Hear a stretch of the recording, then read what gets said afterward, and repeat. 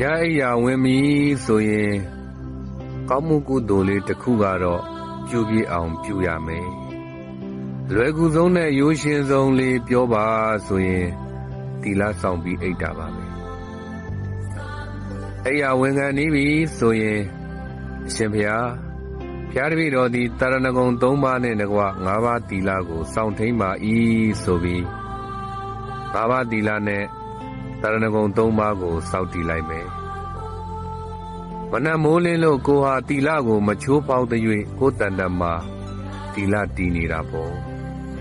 မနက်ပြန်ကိုဟာနေရမလားတေရမလားဆိုတာတေချာမှုတိတ်မရှိတော့တဲ့အတွက်အခုအသက်ရှင်နေတုန်းကာလလေးမှာလွယ်လွယ်ကူကူလဲရနိုင်တယ်အကျိုးလဲကြီးတဲ့ကုသိုလ်ကိုမမေ့မလျော့နဲ့ကြိုးစားပြုရမယ်မနက်မိုးလင်းလာပြီဆိုတဲ့အခါမှာလည်းပဲ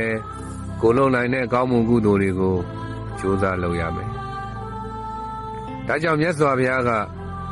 မမေ့ခြင်းဟာမတရားနိဗ္ဗာန်ကိုရခြင်းလို့ပြောတာဖြစ်ပါတယ်မမေ့နဲ့ဆိုတာကောင်းမှုကုသိုလ်တွေကိုမမေ့ရဘူးလို့ပြောတာအလုံးမဲ့ကုသိုလ်များဖြင့်ကောင်းမွန်စွာ